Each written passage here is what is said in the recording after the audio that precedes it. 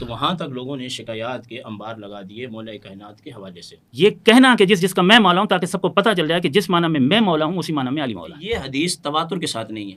یہ من کنت مولا والی جی یہ تواتر کے ساتھ نہیں ہے، کیونکہ تواتر کی جو حدیث ہوتی ہے اس کا انکار کرنے والا دائرہ اسلام سے خارج ہو جاتا ہے. آپ کہہ رہے ہیں کہ من کنت مولا تواتر کے ساتھ نہیں ہے؟ تواتر کے ساتھ پیغمبر اکرم نے یہ عہد لیا، سب سے جتنے مسلمان وہاں موجود تھے ان سب سے یہ کہا کہ کیا میں تمہاری جانوں اور مالوں پر تم سے زیادہ حق تصرف نہیں رکھتا؟ اولا بھی تصرف نہیں ہے. یہ کیوں لیا؟ اس اقرار لینے کے بعد کہا من کنت مولا فہذا علی المولا، تاکہ لفظ مولا کے معنی واضح ہو جائیں. رسول بلغ ما انزل الیک من ربک، یہ صورت مدنی ہے اور یہ آیات پہلے نازل ہو چکی تھی. یہ سب سے آخر میں نازل ہونے والی آیت ہے جس کا میں ذکر کر رہا ہوں. یہ عید منائی کیوں جاتی ہے، اور ایک اس کو باقاعدہ عید کا نام کب دیا گیا اور کس سن میں اس کو. اور مسلمانوں نے جناب امیر المومنین کو امیر المومنین اور مومنین کا مولا ہونے پر مبارکباد بھی پیش کی، اور سب سے زیادہ ذکر ہے کتابوں میں اس مبارکباد کا حضرت عمر کے حوالے سے، کہ بہت بلند آواز سے حضرت عمر نے جو ہے وہ امیر المومنین کو بہت باواز بلند کہا کہ یا علی آپ کو بہت مبارک ہو کہ آج سے آپ میرے اور ہر مومن اور ہر مومنہ کے مولا ہو گئے ہیں. یہ مبارکبادی سب نے دی. تاریخی حیثیت ہے اس دن کی، میں جاننا چاہتا ہوں اس کا بیک گراؤنڈ کیا ہے، غدیر کا بیک گراؤنڈ کیا ہے، غدیر میں ہوا کیا تھا، اور پھر اس کو ایک اہمیت کیوں حاصل ہے اسلام میں؟ جی یہ واقعہ اصل میں یوں ہے کہ ہجرت کے بعد پیغمبر گرامی نے اپنی زندگی کا ایک ہی حج کیا ہے، اور وہ سن 10 ہجری میں کیا ہے. اور جب پیغمبر گرامی نے چونکہ مکہ پہلے ہی فتح ہو چکا تھا، اب الحمدللہ اسلام کا پیغام کافی دور تک جا چکا تھا، اور پیغمبر گرامی نے جب یہ اعلان فرمایا کہ اس مرتبہ ہم حج کریں گے، تو مسلمانوں کی ایک بہت بڑی تعداد پیغمبر گرامی کے ساتھ حج کے لیے تیار اور آمادہ ہوئی. اور یہ پہلا موقع تھا کہ مسلمانوں کو رسول اللہ صلی اللہ علیہ وآلہ وسلم کے ساتھ مناسک حج بجا لانے کا موقع مل رہا تھا. اور یہ وہ حج تھا کہ جس حج میں عالم اسلام کے تمام مسلمانوں نے پیغمبر گرامی کو مناسک حج اور ارکان حج بجا لاتے ہوئے اپنی نگاہوں سے اور اپنی آنکھوں سے دیکھا. یہ سفر 25 ذی-القعدہ کو مدینہ سے شروع ہوا، 4 ذی الحج کو مکہ میں پہنچے ہیں. مناسک حج بجا لانے کے بعد 14 ذی الحج کو واپسی ہوئی ہے مکہ سے. واپس جاتے ہوئے جوفا ایک مقام ہے کہ جہاں سے مصر، عراق اور دیگر بلاد کے راستے الگ ہوتے ہیں، تو تقریباً زیادہ تر حاجی جو ہیں جب وہ ارکان حج بجا لانے کے بعد باہر نکلتے تھے تو اس جگہ تک ساتھ آتے تھے. جب یہاں تک پہنچے، اور یہ تاریخ 18 ذی الحج کی ہو چکی تھی. 18 ذی الحج سن 10 ہجری کی یہ تاریخ تھی. یعنی حج کو 8 دن 7 دن گزر گئے تھے. جی بالکل، تقریباً ایک ہفتہ حج کو گزر چکا تھا، اور 18 ذی الحج کو اس مقام پر پہنچے ہیں. جوفا کے قریب یہ مقام ہے، اور اس جوفا سے قریب ایک تالاب ہے جس کو غدیر خم کہتے ہیں. غدیر خم اس تالاب کا نام ہے. تو اس جگہ پر یہ آیت نازل ہوئی. رسول اللہ صلی اللہ علیہ وآلہ وسلم پر جبرائیل امین کے ذریعے سے اللہ نے یہ حکم نازل کیا کہ یا ایھا الرسول بلغ ما انزل الیک من ربک وان لم تفعل فما بلغت رسالتہ واللہ یعصمک من الناس ان اللہ لا یہدی القوم الکافرین. یہ سورہ مبارکہ مائدہ کی آیت نمبر 67 ہے. اس میں یہ حکم آیا کہ یا ایھا الرسول، اے رسول، بلغ پہنچا دیجئے. امر کا صیغہ ہے کہ آپ پہنچا دیجئے ما انزل، جو کچھ نازل کیا گیا ہے آپ کی طرف. ما انزل الیک من ربک، آپ کے رب کی طرف سے آپ کی طرف جو کچھ نازل کیا گیا ہے اس کو آپ پہنچا دیجئے. یہ حکم آیا. اس اچھے اس حکم میں تاکید بھی تھی. تو سرکار رسالت مآب صلی اللہ علیہ وآلہ وسلم نے یہاں پڑاؤ ڈالا، اور جو پیچھے رہ گئے تھے ان کا انتظار کیا، جو آگے بڑھ چکے تھے حکم دیا کہ ان سب کو واپس بلایا جائے، اور پالانوں کا ایک ممبر بنوایا.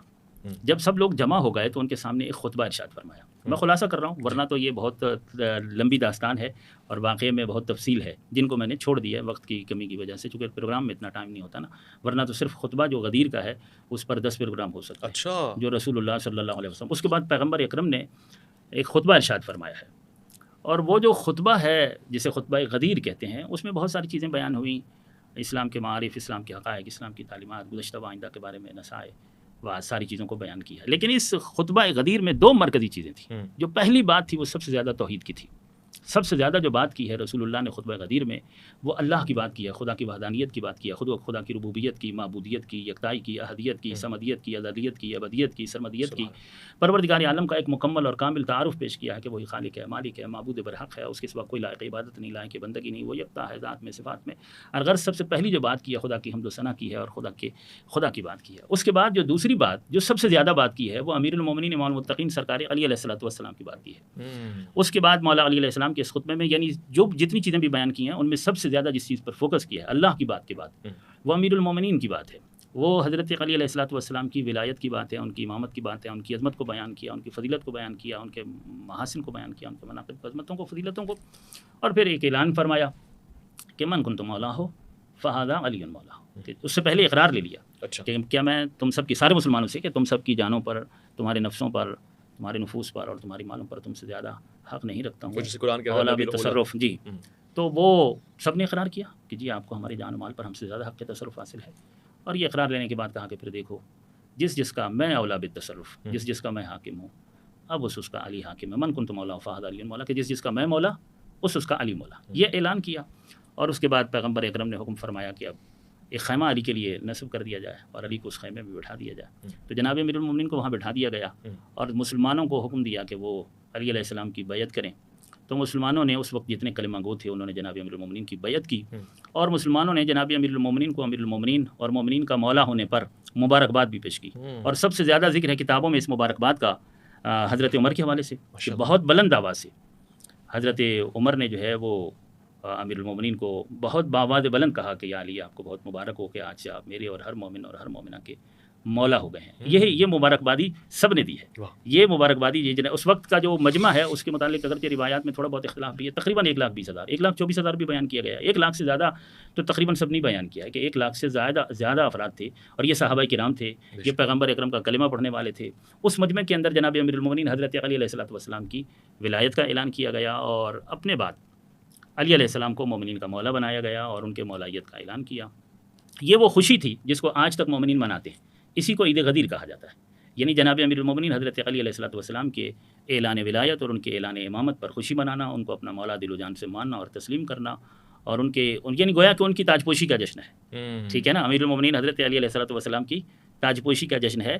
اگرچہ حضرت علی علیہ السلام کی ولایت کا اعلان دعوت ذوالعشیرہ میں ہی کر دیا گیا تھا. پہلی جو اسلام کی پہلی دعوت ہے جو حضرت ابو طالب کے گھر میں ہوئی ہے، تو اس میں ہی جو خطبہ تھا عشیر کا، اس میں بھی اسی طریقے سے سب سے پہلے توحید کی بات ہے، پھر اپنی نبوت رسالت کی بات ہے، اور پھر کہا کہ تم میں سے ہے کوئی کہ جو میری مدد کرے. تو حضرت علی علیہ السلام کھڑے ہوئے، اور یہ 3 مرتبہ علی کو بٹھایا گیا کہ کوئی اور اگر کھڑا ہونا چاہے تو. پھر تیسری مرتبہ جب مولا کھڑے ہوئے اور انہوں نے کہا کہ میں آپ کا مددگار ہوں، میں گواہی دیتا ہوں کہ اللہ کا سوا کوئی شریک نہیں ہے، اور میں گواہی دیتا ہوں آپ اللہ کے سچے رسول ہیں.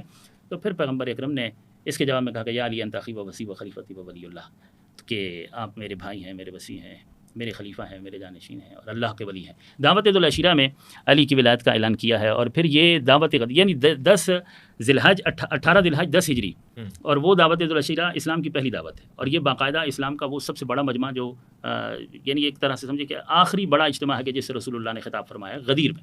اچھا، یہ وہ اس کے بعد تو 2 مہینے کے بعد رسول اللہ دنیا سے پردہ فرما گئے نا.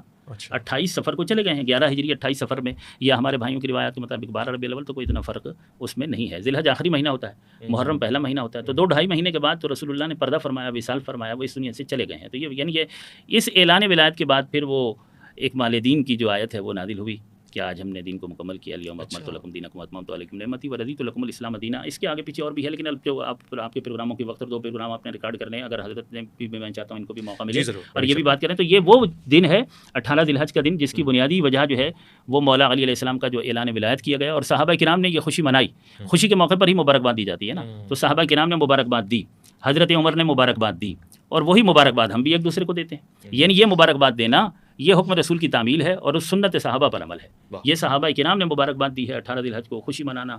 اور یہ خوشی ویسے تو ہمارے ہاں تو یہ باقاعدہ عید ہے، اور اس کے حوالے سے مفاتیح الجنان میں شیخ المحدثین شیخ عباس قمی نے لکھا ہے، چھٹے امام حضرت امام جعفر صادق علیہ السلام سے انہوں نے روایت لی ہے کہ یہ سب سے بڑی عید ہے، یہ عید الاکبر ہے، اور اس پہ خوشی منانی چاہیے. اور اس کے اعمال بھی ہیں، جس طرح عید کا غسل کرنا چاہیے، عمدہ اور اچھا لباس پہننا چاہیے. یہ دن دعاؤں کی قبولیت کا دن ہے. اس دن کا روزہ رکھنا مستحب ہے. اس دن کے روزے کا ثواب 60 سال کے روزے کے برابر ہے. تو بہت زیادہ اس دن کی مخصوص دعائیں بھی ہیں، وہ پڑھنی چاہیے. یعنی یہ دن عبادت میں گزرنا چاہیے، یہ دن دعا مناجات میں گزرنا چاہیے، روزے کے ساتھ اچھا لباس، صدقہ و خیرات کرنا چاہیے، مومنین کی مدد کرنی چاہیے، مستضعف غریب محتاج لوگوں کی مدد کرنی چاہیے. یہ اس دن کے حوالے سے روایات میں آیا ہے. اور اس کے بعد جو آپ کا حکم ہوگا اس پہ آپ کی میں نے کئی مرتبہ آراء حاصل کی ہیں، اور مجھے اس پہ خوشی ہے کہ آپ نے اس پہ مفصل گفتگو فرمائی ہے. ہم اس اینگل سے آتے ہیں جو پچھلی گفتگو ہماری ایک دفعہ رہی، اور مجھے یاد ہے کہ دیگر لوگوں نے بھی ایک زاویہ یہ پریزنٹ کیا گیا کہ حضرت علی کرم اللہ وجہہ کے حوالے سے یمن کی شکایات آئیں، اور اس شکایات کی نفی کے لیے حضور نے اپنے غم و غصے اور اس کے رد کے لیے جو اظہار فرمایا، یہ اس کا اہتمام تھا. اس میں کس حد تک وزن ہے، اور اس بات کو اتنے بڑے مجمع میں پیش کرنا یہ کس حد تک حقیقت سے جڑی ہوئی بات ہے؟ بسم اللہ الرحمن الرحیم. الیوم اکملت لکم دینکم واتممت علیکم نعمتی ورضیت لکم الاسلام دینا. صدق اللہ مولانا العظیم. صلی اللہ علی النبی الامی الرؤوف الرحیم وعلی آلہ وصحبہ وبارک وسلم. بہت شکریہ پہلے تو محمد اویس ربانی صاحب پروگرام میں مدعو کرنے کا، اور دوسرا جہاں آپ کے سوال کا تعلق ہے، اور جیسے کہ آپ نے خود فرمایا کہ اس سے پہلے کئی مرتبہ ہم نیشنل ٹی وی پر بھی آپ کے ساتھ پروگرام کر چکے ہیں، اور پچھلے پروگرام میں بھی اس پر ہم نے بات کی ہے۔ بنیادی طور پر دو باتیں توجہ طلب ہیں، ایک یہ عید منائی کیوں جاتی ہے، اور ایک اس کو باقاعدہ عید کا نام کب دیا گیا اور کس سن میں اس کو عروج ملا۔ ان دو باتوں پر اس سے پہلے جو یمن والی آپ نے بات کی ہے، مولا کائنات رضی اللہ تعالیٰ عنہ کو سرکار دو عالم صلی اللہ علیہ وسلم نے یمن کی جانب بہت بڑا لشکر دے کر بھیجا، اور آپ کو خاص طور پر وصیت فرمائی کہ آپ نے جانا ہے اور ان کو اسلام کی دعوت دینا ہے۔ اگر وہ اسلام کی دعوت کو قبول کر لیں تو ان کا جان، مال، عزت، آبرو سب محفوظ ہو جائے گا، اور اگر وہ اسلام کی دعوت کو قبول نہ کریں اور پھر وہ لڑائی کے لیے تیار ہو جائیں تو پھر آپ ان سے جہاد کریں نرمی کے ساتھ۔ مولا کائنات جب یمن پہنچتے ہیں تو وہاں پہنچنے کے بعد قبیلہ ہمدان ایک بہت بڑا قبیلہ تھا، اس نے اسلام قبول کر لیا، اور کئی قبائل نے اسلام قبول کیا، اور کئی جگہوں سے مال غنیمت بھی جو ہے وہ حاصل کیا گیا۔ مال غنیمت اور خمس کے بارے میں باقاعدہ قرآن کریم نے فرمایا وَاعْلَمُوا أَنَّمَا غَنِمْتُم مِّن شَيْءٍ فَأَنَّ لِلَّهِ رسول خمس کا یہ لفظ استعمال ہوا ہے۔ مولا کائنات نے یمن کے اندر مال غنیمت ہر سپاہی کو عطا فرما دیا، جس کا جو حصہ جتنا بنتا تھا وہ آپ نے تقسیم کر دیا۔ خمس کا طریقہ کار یہ ہوتا تھا کہ اس میں اللہ اور اس کے رسول کا حصہ تھا، غرباء اور مساکین کا، یتامہ کا، 10ویں پارے میں اس کو تفصیل سے بیان کیا گیا۔ آپ نے فرمایا کہ خمس کو سرکار کی بارگاہ میں پیش کیا جائے گا، اور جیسے حضور علیہ الصلوۃ والسلام اس کے بارے میں حکم فرمائیں گے اسی طریقے سے اس کو کیا جائے گا۔ پھر آپ بس یہاں سے سیدھے حج بیت اللہ کے لیے، اور سرکار دو عالم صلی اللہ علیہ وسلم یہاں مدینے سے جمع غفیر لے کر چلے، جیسا کہ کہا گیا۔ مکہ کے قریب پہنچے تو آپ سرکار دو عالم صلی اللہ علیہ وسلم کی ملاقات کے اشتیاق کی وجہ سے جلدی سے آگے نکل گئے، اور اس دوران بریدہ بن حسیب اور ابو رافع کو آپ نے اس خمس پر نگران مقرر فرمایا۔ اور اس سے پہلے جو ہے وہ جو نئے قبائل تھے یا بڑے لوگ اس میں شامل ہوئے، انہوں نے ایک بات کہی تھی کہ سفر کی وجہ سے ہماری چادریں جو ہیں یہ بوسیدہ ہو گئی ہیں، فلہذا نئی گاٹ کھولی جائیں اور ان میں سے احرام کے لیے چادریں دی جائیں۔ تو مولا کائنات نے فرمایا کہ تمہیں تمہارا مال غنیمت تو مل گیا ہے، اب جو خمس ہے اس کو سرکار کی بارگاہ میں پیش کیا جائے گا، اور اس میں آپ نے سختی فرمائی۔ اور میں سمجھتا ہوں کہ فوجی کمانڈر کے لیے سختی فرمانا یہ بے حد ضروری ہے کسی بھی ذمہ دار بندے کے لیے۔ جب آپ آگے بڑھے تو پیچھے سے حضرت ابو رافع اور بریدہ بن حسیب نے چند چادریں جو ہیں وہ لوگوں کو دے دی جنہوں نے احرام بنا کے پہنا۔ جب مولا کائنات سرکار سے ملاقات کر کے واپس تشریف لائے کہ اپنے لشکر کو لے کر جو ہے وہ سرکار کی بارگاہ میں پیش کیا جائے، تو سرکار دو عالم صلی اللہ علیہ وسلم نے ان پر سلامتی کی دعائیں بھی کی۔ تو آپ نے وہ چادر پہنے ہوئے دیکھا تو آپ نے وہ چادریں اتروا دیں اور ان کو پیک کر دیا گیا کہ میں نے جب منع کر دیا تھا تو پھر تمہیں یہ چادریں نہیں دینی چاہیے تھی۔ یہاں سے جب آئے مینا گئے، مینا کے اندر سرکار دو عالم صلی اللہ علیہ وسلم نے خطبات ارشاد فرمائے، انبیاء علیہ السلام کے بارے میں باتیں کی، پھر اس کے بعد عرفہ کے دن عظیم خطبہ آپ نے ارشاد فرمایا۔ تو وہاں تک لوگوں نے شکایات کے انبار لگا دیے مولا کائنات کے حوالے سے۔ اب کتنا دم اور خم ہے، ایک تو وہ پورا لشکر جو یمن سے آیا تھا اس میں سے کئی لوگوں نے شکایتیں لگائیں، تو اس پورے لشکر کے اندر مولا کائنات کے حوالے سے لوگوں کے ذہن کے اندر وسواس پیدا ہوئے اور وہم پیدا ہو گیا۔ اور پھر جب حج بیت اللہ اور پھر عرفات اور مینا میں یہ باتیں آپس میں ڈسکس ہوئیں حجاج کرام کے مابین، تو یہ سارا کا سارا جو سلسلہ تھا شکایتوں کا یہ پورے حجاج کرام کے مابین پھیل گیا، اور تقریباً ہر بندے تک جو ہے وہ بات پہنچ گئی۔ سرکار دو عالم صلی اللہ علیہ وسلم نے میدان عرفات میں جبل رحمت کے پاس اپنی اونٹنی کو روکا اور خطبہ ارشاد فرمایا، اور آپ نے یہ فرمایا کہ یہ کون سا مہینہ ہے، تو صحابہ نے کہا اللہ جانتا ہے اور اللہ کے رسول جانتے ہیں، کون سا دن ہے، کون سا شہر ہے۔ اور اس کے بعد آپ علیہ الصلوۃ والسلام نے فرمایا کہ تمہاری عزت، تمہارا مال اور تمہاری جان اسی طرح ایک دوسرے پر حرام ہے جس طرح آج کے دن اس جگہ میں اور اس شہر میں اس دن اللہ تعالیٰ نے حرام فرمائی ہے۔ یہ فرمانے کے بعد آپ علیہ الصلوۃ والسلام پر یہ آیت نازل ہوئی، الیوم اکملت لکم دینکم واتممت علیکم نعمتی ورضیت لکم الاسلام دینا۔ یہ کس دن کی بات ہے؟ عرفہ کے دن نازل ہوئی، یعنی کہ 9 ذی الحج کو۔ 9 ذی الحج کو، کہ آج کے دن دین مکمل ہو گیا ہے، اور اسلام کو اللہ نے ہمارے لیے، مسلمانوں کے لیے دین پسند کیا ہے۔ جب یہ آیت نازل ہوئی جس کا ذکر مجھ سے پہلے کیا گیا، یا ایھا الرسول بلغ ما انزل الیک من ربک، یہ سورۃ مدنی ہے اور یہ آیات پہلے نازل ہو چکی تھی، یہ سب سے آخر میں نازل ہونے والی آیت ہے جس کا میں ذکر کر رہا ہوں۔ سرکار دو عالم صلی اللہ علیہ وسلم نے یہ آیت پڑھ کے صحابہ کرام کو سنائی، اور اس کے بعد تقریباً یہ شیعہ اور اہل سنت کتب میں حدیث موجود ہے، عرفات کے میدان میں سرکار نے فرمایا بلغوا عنی ولو آیا، کہ پہنچا دو میری جانب سے اگرچہ ایک ہی آیت کیوں نہ ہو، تو دین یہاں مکمل ہو گیا، اور نبی کریم علیہ السلام نے دین صحابہ کرام کے سپرد کر دیا۔ اور صحابہ کرام جب ہم کہتے ہیں تو اہل بیت اس میں شامل ہیں، مولا کائنات اس میں شامل ہیں، ازواج مطہرات شامل ہیں، اور جناب فاطمہ الزہرا، ان تمام کو دین نبی کریم علیہ السلام نے وہاں منتقل کر دیا، اور یہ فرمایا کہ اس کے بعد تم سے میری ملاقات نہیں ہوگی۔ یہ کہنے کے بعد آپ علیہ الصلوۃ والسلام مدینۃ المنورہ جب واپس پلٹے تو چونکہ مولا کائنات پر الزام لگے تھے اور ان الزام کو دور کرنا بے حد ضروری تھا، تو جوفہ سے 2 میل کے فاصلے پر، جیسے ابھی آپ کہہ رہے تھے عید غدیر خم، یہ لفظ بھی تھوڑا سا میں ٹھیک کرنا چاہوں گا، عید غدیر خم نہیں ہے، عید خم غدیر. اچھا ہاں، کیونکہ خم جو لفظ ہے اس کا معنی ہوتا ہے جھکا ہوا، اور یہ نکرہ ہے، اور غدیر معرفہ ہے. غدیر اس مخصوص کنویں کو کہتے ہیں، اور مضاف کبھی جو ہے وہ معرفہ نہیں ہوتا. جب بھی ہم کسی اسم کو مضاف بنائیں گے تو اس کو ہم کیا بنائیں گے؟ نکرہ کو بنائیں گے. اور یہ شیعہ کتب کی عبارات میں بھی میری نظر سے چند باتیں گزری ہیں، اس کا میں ذکر کروں گا کہ انہوں نے اس کا نام رکھا ہے عید خم غدیر، نہ یہ کہ غدیر خم. اس مقام پر آپ علیہ السلام نے پھر توحید کے بارے میں بیان فرمایا، اور بیان فرمانے کے بعد آپ نے مولا کائنات کے بارے میں فرمایا کہ من کنت مولاہ فعلی مولاہ. یہ مستند ہے اس میں؟ جی، یہ حدیث صحیح حدیث ہے، اور امام نسائی نے اس کے بارے میں لکھا ہے کہ یہ اس کے تمام جو ثقات ہیں وہ اس میں یہ ہیں کہ ثقہ ہیں، کسی پر کوئی کلام نہیں ہے. ماشاءاللہ، یعنی یہ مستند ترین چیز ہے. میں نے آپ کے پچھلے پروگرام کے اندر بھی ابھی میں اسکرین شاٹ لے کے آیا ہوں، مولا کے معنی جو ہیں وہ میں نے بیان کیے تھے. چیزیں اگر بار بار ہو جائیں گی تو اس میں یہ ہوگا کہ چلیں سمجھنے میں آسانی ہوگی. ان لغوی معنوں میں سے خلیفہ کا یا حاکم کا یا امام کا معنی کسی لغت کے اندر نہیں ہے، نہ لسان العرب کے اندر ہے اور نہ تاج العروض کے اندر ہے. امام کا بھی نہیں ہے آپ کہہ رہے ہیں؟ نہیں، میں پڑھ کے سنا دیتا ہوں.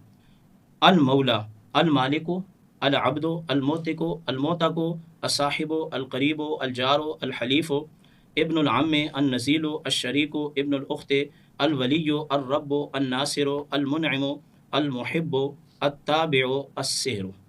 یہ مولا کے معنی بیان کیے گئے. ان میں سے اور رب بھی ہے اس میں؟ جی، رب بھی ہے. مولا کے معنی رب کے میں بھی آتا ہے؟ رب کے میں بھی آتا ہے.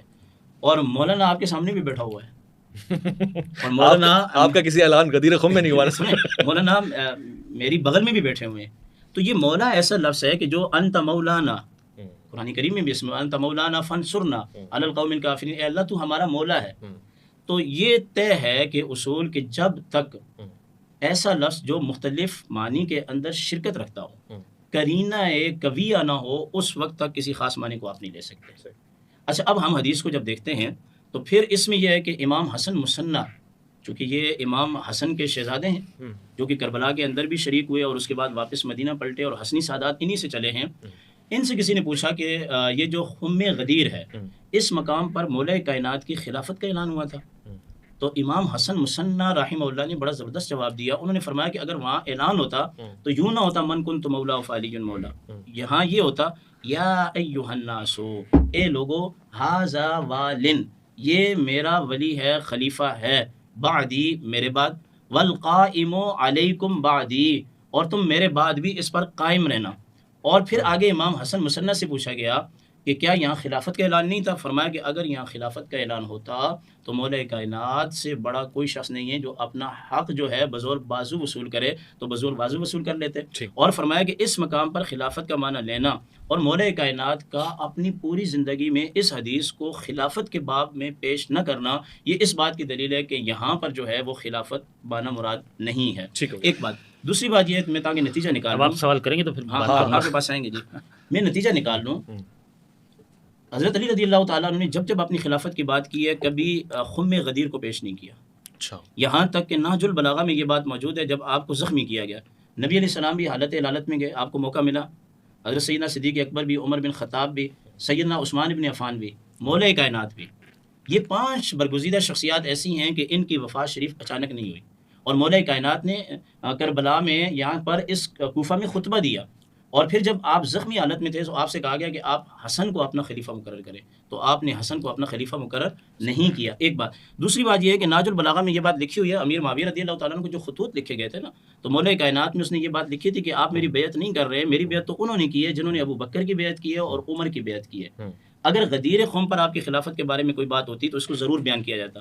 دوسری بات یہ ہے، اچھا، اس سے پتہ لگتا ہے کہ آپ نہج البلاغہ پڑھتے ہیں؟ جی الحمدللہ میں پڑھتا ہوں. مطلب یہ کیوں ہے کہ ہم میں سے کوئی پڑھے تو کہتے ہو نہج البلاغہ پڑھ رہے ہیں؟ ابھی تو نہیں، میرے پاس موجود ہے، اور میں آپ کے پروگرام کی وساطت سے کہوں گا مجھے مل نہیں رہی، اگر آپ مجھے شیعہ کتب اصول اربع اگر دلا دیں گے تو یہ آپ کے لیے اچھا ہوگا. آپ پہلے مجھے نہج البلاغہ دلا دیں. اچھا، دوسری بات جو ہے، سرکار دو علیہ وسلم جب بیماری کے ایام میں تھے نا، حضرت عباس رضی اللہ تعالیٰ عنہ، مولا کائنات، دونوں عیادت کے لیے آئے. یہ بات بڑی توجہ طلب ہے. جب عیادت کے لیے آئے، باہر نکلنے لگے تو حضرت عباس رضی اللہ تعالیٰ عنہ نے مولا کائنات سے کہا کہ آپ جائیں حضور علیہ السلام سے خلیفہ کی بات کریں. تو مولا کائنات نے یہاں جو جواب دیا وہ جواب یہ ہے، آپ نے فرمایا اگر میں خلیفہ کی بات کروں، اللہ کے نبی منع فرما دیں تو یاد رکھ لو عباس دوبارہ کبھی بھی ہم خلیفہ نہیں بن سکیں گے، فلہذا میں نے کوئی بات نہیں کرنی۔ اگر غدیر خم غدیر کے مقام پر خلافت کا اعلان ہو جاتا تو حضرت عباس مشورہ کیوں دیتے، اور مولا کائنات جو ہے جواب کیوں دیتے؟ پھر آخری اس باب کے اندر ابتدا کہاں سے ہوئی یہ میں اگلے اس میں اپنے کروں گا، ٹائم میرے خیال میں مکمل ہونے والا ہو گیا۔ آخری جو بات کر رہا ہوں وہ یہ ہے، کلینی ہوں یا توسی ہوں یا کمی ہوں، ان تمام کے نزدیک جب کسی چیز کو ثابت کریں گے تو حدیث متواتر سے کریں گے، حدیث مشہور سے نہیں کریں گے۔ تو اس حدیث سے خلافت کا معنی، جس سے خلافت کا معنی نکلتا ہی نہیں ہے، خلیفہ اور امام کا معنی لینا، یہ شیعہ اصول کے بھی خلاف ہے، کیونکہ یہ حدیث تواتر کے ساتھ نہیں ہے۔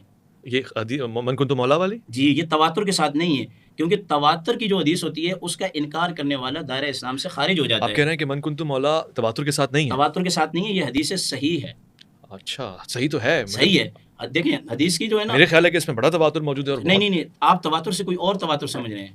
اچھا چلے میں اس کو آگے بڑھتا ہوں۔ تواتر اس کو کہتے ہیں کہ اتنی بڑی جماعت اس کو نقل کرے کہ جس کا جھوٹ پر اجماع ہونا جو ہے یہ محال ہے۔ اور آپ کی اطلاع کے لیے عرض ہے کہ یہ حدیث نقل بھی سنی کتابوں میں وہ کر رہا ہے جس نے شکایت کی تھی، حضرت بریدہ بن حسیب کر رہے ہیں، اور دوسرے مقام پہ زید بن ارقم کر رہے ہیں، تو یہ دو ہی شخص ہیں۔ ٹھیک ہے، میں آگے بڑھتا ہوں، اور لیکن کچھ انٹرسٹنگ باتیں جو آپ نے میرے علم میں ڈالی ہیں اور وہ سیکھنے سے تعلق رکھتی ہیں۔ ایک جگہ پہ میں اپنے ناظرین کو بتانا چاہتا ہوں کہ ایک بہت ہی علمی گفتگو ہو رہی ہے اور اس میں فضائل اور مناقب ہیں۔ اس میں موضوع ہمارا خلافت نہیں، لہٰذا ہم اس طرف بھی نہیں جا رہے، ہم صرف اس دن کی اہمیت کو اور اس کے تاریخی سیاق و سباق کو پیش کرنا چاہ رہے ہیں۔ آپ نے بتایا کہ مولا کے ایک معنی جہاں بے شمار معنی وہاں رب بھی ایک معنی ہے، یعنی یہ بھی ہو سکتا ہے کہ میں جس کا رب ہوں علی اس کا رب ہے، اس طرح سے بھی ہو سکتا ہے۔ اچھا اس میں ایک شرعی معنی بتا دوں، رب اللہ کا نام بھی ہے، اس میں صفتی ہے، یہ غیر اللہ کے لیے استعمال ہو سکتا ہے مگر مضاف بن کر، یہ شرعی مسئلہ بتانا بہت ضروری ہے۔ جیسے کہتے ہیں کہ رب المال، تو اب یہاں معنی ہوگا مال کا مالک۔ ٹھیک ہے، میں علامہ صاحب کی طرف آتا ہوں۔ علامہ صاحب میری نالج میں اضافے کے لیے 2-4 اسی طرح کے سوالات ہیں۔ پہلا سوال یہ ہے کہ ہم اس حدیث کو حدیث تواتر کیسے سمجھیں گے؟ میرے خیال سے میری معلومات کے مطابق تواتر ہے، مگر اس پہ آپ کا کیا نظریہ ہے؟ اور دوسرا یہ کہ اس دن کی اہمیت کے بعد یعنی پوسٹ ایونٹ کیا ریئیکشن ہے؟ جیسے آپ نے بتایا کہ اصحاب رسول نے اس کو ایک اہمیت کا دن منایا، بعد میں کیا ریئیکشن ہے؟ جی میں آپ کی خدمت میں عرض کروں، پہلی بات تو یہ ہے کہ مولانا صاحب کی گفتگو کا احترام ہے، ہر مسلک کا احترام ہے، ہر مکتب کے لیے احترام ہے، اور ہر شخص کو حق ہے کہ وہ اپنا نظریہ جو رکھتا ہے وہ بیان کر سکتا ہے۔ آج کا جو پروگرام ہے یہ چونکہ غدیر کے حوالے سے ہے اور من کنت مولا ہو فہد علی مولا کے حوالے سے ہے، تو میرا خیال ہے کہ حق یہی ہے کہ گفتگو میں فوکس حضرت علی علیہ السلام کو رکھا جائے اور گفتگو کا محور امیر المومنین حضرت علی علیہ السلام کی ذات رہے، یہی حق بنتا ہے، چونکہ پروگرام اس حوالے سے نا غدیر کے حوالے سے اور اس اعلان کے حوالے سے ہے۔ جہاں تک تعلق ہے اس بات کا کہ وہ یمن میں جناب امیر المومنین سے پہلے بھی کچھ لوگ گئے تھے، لیکن وہ دعوت اسلام دینے میں اور لوگوں کو مسلمانہ بنانے میں ان کو کوئی خاص کامیابی نہیں ملی، پھر پیغمبر اکرم نے حضرت علی علیہ السلام کو بھیجا، تو بہت جلدی پورا قبیلہ ہمدان جو ہے وہ حضرت علی علیہ السلام کی تبلیغ کی وجہ سے اس نے اسلام کو قبول کیا اور یمن میں بڑی تیزی سے اسلام پھیلنے لگا۔ یہ خبر رسول اللہ تک پہنچی تو پیغمبر اکرم نے خوشی کا اظہار فرمایا اور قبیلہ ہمدان کے لیے دعا فرمائی۔ اس کے بعد یہ جو بات کی گئی ہے خمس کی اور جو شکایت جب پیش کی گئی پیغمبر اکرم کے سامنے، جب حضرت علی علیہ السلام کی یہ شکایت کی گئی ہے تو رسول اللہ نے سخت ناراضگی کا اظہار اسی وقت فرمایا اور کہا کہ فَإِنَّهُ مِنِّي وَأَنَا مِنْهُ، علی کے بارے میں بات کرتے ہو، علی مجھ میں سے ہے اور میں علی میں سے ہوں، وَهُوَ وَلِيُّكُمْ بَعْدِي مِن بَعْدِي، میرے بعد وہ تمہارا ولی ہے۔ یہ پیغمبر اکرم اس کا صفایا تو پہلے ہی کر چکے تھے۔ پھر یہ کہ وہ رسول اللہ ہے، ایک ٹیچر بھی چھوٹے سے بچوں کی آپس میں کوئی لڑائی ہو جائے نا تو اس کو وہیں پر رفع دفع کر دیتا ہے اور ختم کر دیتا ہے۔ اتنا بڑا اہتمام کسی منطقی کام کے لیے کیا جاتا ہے، کسی اہم کام کے لیے کیا جاتا ہے کہ اتنی سخت چٹیل میدان کے اندر جو حاجی آگے چلے گئے ہیں ان کو پیچھے بلاؤ، جو پیچھے رہ گئے ہیں ان کا انتظار کیا جائے۔ 1.25 لاکھ حاجیوں کو اگر صرف اس شکایت کا ازالہ کرنا مقصود تھا تو وہ 5-10 لوگ، 15 لوگ، 20 لوگ، 25-50 لوگ کو ایک جگہ جمع کرتے اور کہتے دیکھو آئندہ کے لیے دل صاف رکھنا اور علی کے متعلق ایسا نہیں سوچنا، بات ختم ہو جاتی۔ بلکہ اس قسم کی بات کو بڑھایا نہیں جاتا، مشہور نہیں کیا جاتا، منتشر نہیں کیا جاتا، سب لوگوں کے ذہنوں میں کوئی منفی بات نہیں ڈالی جاتی۔ اور پیغمبر کی شان کے بھی خلاف ہے یہ بات کہ ایک شکایتی بات کو 1.25 لاکھ لوگوں کے ذہن میں ڈال دیں اور اس کے ادارے کے لیے اتنا بڑا مجمع لگا دیں کہ ایک اتنی سخت دھوپ ہے اور گرمی ہے اور شدید ترین دھوپ اور شدید ترین گرمی ہے، جا کے تاریخ میں آ کر پڑھ لیجئے کہ صحابہ کس حال میں وہاں پر کھڑے ہوئے تھے اور کتنی دیر ان کو کھڑا رکھا گیا اور اتنا لمبا خطبہ دیا گیا۔ آغا صاحب کو حق ہے وہ اپنا موقف بیان کر سکتے ہیں، لیکن یہ شیعہ تفاسیر کے علاوہ بہت سارے حوالے میں دے سکتا ہوں تفاسیر اہل سنت کے کہ یہ یا ایھا الرسول بلغ ما انزل کی آیت نازل ہوئی اور اعلان ولایت کے بعد الیوم کی آیت نازل ہوئی، الیوم اکملت لکم دینکم، وہ ایک الگ بات ہے۔ بہرحال ان کا بھی موقف ٹھیک ہے، جہاں انہوں نے دیکھا ہے ان کتب میں ایسا ہی ہے اور ان لوگوں کا یہی نظریہ ہے، درست ہے، یہ بات اپنی جگہ صحیح ہے۔ بہرحال کم از کم شیعہ کتب تو ساری اسی بات پر متفق ہیں کہ یہ آیت نازل ہوئی ہے علی علیہ السلام کی ولایت کا اعلان کروانے کے لیے، اور اس اعلان ولایت کے بعد جو ہے پھر وہ آیت نازل ہوئی ہے کہ جس میں یہ کہا گیا کہ آج کے دن ہم نے آج کے دن کافر مایوس ہو گئے اور آج کے دن ہم نے دین کو مکمل کر دیا اور نعمتوں کو تمام کر دیا۔ آیاتیں حدیثیں عربی چھوڑ رہا ہوں تاکہ مجھے تھوڑا موقع ملے اور میں بات زیادہ کر سکوں، کیونکہ عربی پڑھوں گا تو اور وقت لگ جائے گا، آپ نے دوسرا پروگرام بھی ریکارڈ کرنا۔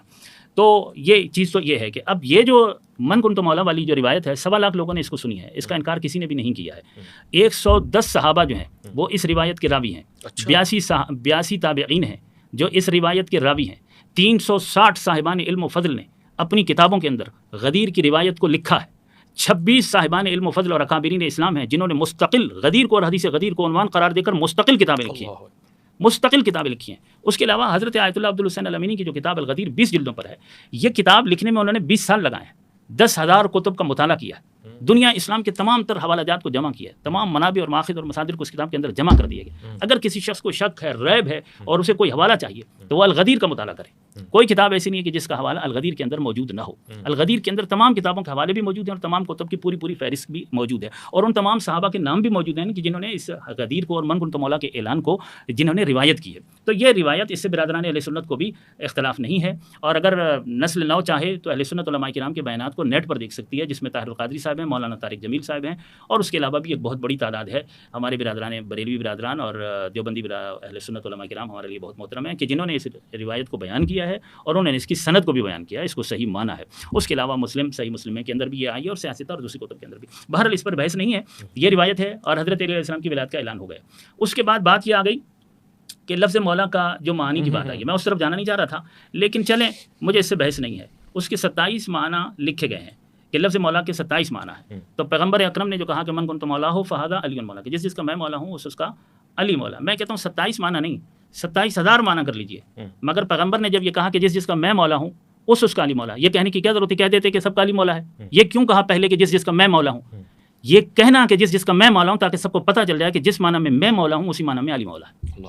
یہ واضح کرنا تھا نا، من کن تو اسی لیے کہا ہے کہ جس معنی میں تمہارا مولا ہوں، اگر میرے کو دوست سمجھتے ہو، یار سمجھتے ہو، تو پھر اس کو بھی دوست یار سمجھنا، اور میرے کو اگر اپنا آقا سمجھتے ہو، رسول اعظم سمجھتے ہو، میری نبوت اور رسالت کا کلمہ پڑھتے ہو، تو پھر اسے بھی میرے بعد اپنا حاکم سمجھنا اور اپنا پیشوا سمجھنا، رسول اللہ صلی اللہ علیہ۔ اچھا، اس کے بعد کوئی انکار نہیں کر سکتا کہ پیغمبر اکرم نے یہ عہد لیا، سب سے جتنے مسلمان وہاں موجود تھے ان سب سے یہ کہا کہ کیا میں تمہاری جانوں اور مالوں پر تم سے زیادہ حق تصرف نہیں رکھتا؟ اولا بھی تصرف نہیں ہے۔ یہ کیوں لیا؟ اس اقرار لینے کے بعد کہا من کنت مولا فہذا علی مولا، تاکہ لفظ مولا کے معنی واضح ہو جائیں۔ لفظ مولا کے معنی کو واضح کرنے کے لیے یہ بولا تھا کہ کیا میں تمہاری جانوں پر اور تمہارے مالوں پر تم سے زیادہ حق تصرف نہیں رکھتا؟ تو معنی واضح ہو گئے نا مولا کے۔ پھر کہا کہ جس کا میں مولا ہوں اس کا علی مولا ہے، یعنی جس طرح تمہاری جان و مال پر مجھے حق تصرف ہے اسی طرح تمہارے جان و مال پر میرے بعد علی کو حق تصرف ہے۔ ہمارا موضوع خلافت نہیں ہے، ہم خلافت کی طرف نہیں جانا چاہتے۔ جنہوں نے پیغمبر اکرم کے بعد جس کو خلیفہ مانا، جو جس مشرب سے وابستہ ہے، وہ ہمارے لیے سب کا احترام ہے، ہمیں کسی سے کوئی بحث نہیں ہے، لیکن ہم اپنا نقطہ نظر تو بیان کریں گے اور وہ مجھے بیان کرنا پڑے گا کہ میرا مسلک تو میرے لوگ تو مجھے سن رہے ہیں نا، اگرچہ میں تمام مسالک کا احترام کرتا ہوں اور تمام مکاتب کا میں احترام کرتا ہوں، تو یہ بات کہ حدیث غدیر کا کوئی انکار نہیں کر سکتا۔ لفظ مولا کے معنی 27 نہیں 27,000 ہوں، پیغمبر اکرم نے 2 باتیں کہہ کر لفظ مولا کے معنی کا تعین کر دیا ہے۔ ویسے 18 مقامات پر قرآن مجید میں مفرد صورت میں آیا لفظ مولا، قرآن مجید کا مطالعہ کر لیا جائے، احادیث میں کہاں پر لفظ مولا کس معنی میں آیا اس کا مطالعہ کر لیجیے، لغات کو بھی دیکھ لیجیے۔ میں اس کو انکار نہیں کر رہا ہوں کہ اس کے معنی ہیں، اس میں کوئی شک نہیں، لیکن پیغمبر نے انہی معنی کی اصلاح کے لیے یہ کہا کہ جس کا میں مولا ہوں اس کا علی مولا ہے۔ اسی معنی کو درست کرنے کے لیے، اس معنی کو ٹھیک کرنے کے لیے پیغمبر نے کہا کہ کیا میں تمہاری جانوں پر اور تمہارے مالوں پر تم سے زیادہ حق تصرف نہیں رکھتا، تاکہ لفظ مولا کے معنی ٹھیک ہو جائیں۔ بعد میں کوئی اس لفظ مولا کے معنی یہ نہ سمجھے کہ پیغمبر نے اس معنی میں کہا ہوگا، پیغمبر نے اس معنی میں کہا ہوگا، پیغمبر نے اس معنی میں کہا ہوگا۔